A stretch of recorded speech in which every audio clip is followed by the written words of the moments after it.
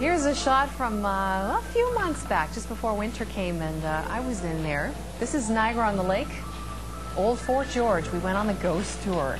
16 degrees, 8:20, and here with any talk of conspiracies or the occult, anything strange but always interesting, it's Rob McConnell from the X Zone. Thanks for being here. How are you? This is, I'm great, and this is a fascinating topic. I've got some experience with this, but you did as well recently. Oh, yes. Kyle Upton is a gentleman who we've had on the X Zone radio show a number of times, and we've gone on the tours with him as well. And actually, I encountered something with a bunch of people who were straggling behind one of the tours. We were walking by one of the blockhouses, and we heard this strange music. Now, at the end of the tour, you talk to Kyle, and Kyle does a fascinating job. He wears the cape, and he carries the lantern and the little, you know, it's just a candle inside a all for glass. Effect. That's right, but he does a great job. It's entertaining, it's historical, it's educational, and it's a great buy. And at the end of the night, everybody's exchanging stories. And I said to Kyle, I said, wait a minute, Kyle, this is not the actual location where the fort actually was. Okay. And he said, I know. I said, well, how come the ghosts didn't stay with the original fort, that they came to the new fort? And he said, you know, that's a very interesting question. He said, maybe it's because they like the ambience, maybe it's because they like the era that they were in. But no matter what the explanation, people throughout the tours see things, hear things. Electronics have problems, and I understand when you were down there doing it last year, your cameraman had a bit of problems. Should we take a look at that? Okay, Yeah. this is our cameraman was back in the tunnel listening to the tour operator, and well, it speaks for itself. Take a listen. In the tunnel, but at the back of the fort in general. We had a cable a number of years ago that the counter on their camera went completely screwy in the back of the fort, but sorted itself out by the time it got to front gate. Now, I don't know if there are bigger ghosts down at this end, but I certainly am not keen to find out.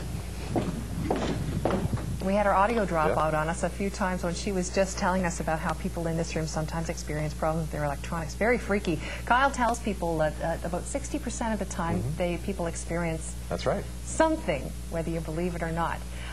St. Catherine's Standard reporter spent the night there recently. I can't believe Don this. Fraser, a great guy. He's been covering the beat in St. Catherine's for a couple of years. And there he is sitting down in the bunk. Now, we actually went there with Don. This is going back to 1999. And we locked him in the fort alone. Well, during the night, he heard footsteps going up to the barracks. And he thought it was Kyle, or he thought it was me, but actually he was alone in that fort. And I'll tell you, he's a believer now.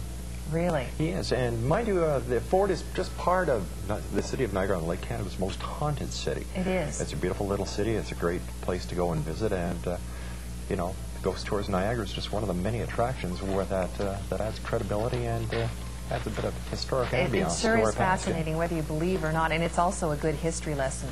What kinds of things do people say they experience? Psychics, anybody who has had any psychic experience or who has a psychic tendency to them, they refuse to go into that long hall because it seems like there's a lot of anguish, a lot of pain, and their psychic abilities just go bonkers on them. It's amazing. People hear voices. They smell cooking where there's no cooking at all. There's a little girl that is seen at times hanging on to Kyle, and it's just. Are there ghosts? Yeah. Water Depot. There are 5 reasons.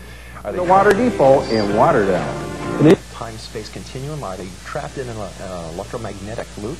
Who knows? Are there things out there that we can't explain? There are, and that's what we try to do on the X Zone. So what did you feel like when you had your experience there? It was cold. It was damp. It was great because I experienced something. What it was, we still don't know. Mind you, Don Fraser is very reluctant to talk about his experience and his night that he spent in Old Fort George. He's so dramatic. Thanks so much, Rob. And, of course, if people would like to read more, where can they go? All they have to do is drop by our offices at InterPC, 13 King Street in St. Catharines, pick up their complimentary copy of the X Chronicles, or go to our website at www.xzone-radio.com. Thanks, Rob. It was a scream. Oh, it certainly was. I hope I left you in good spirits. Okay, Nicola, you take it from here. Well, what I can tell you is that the wind is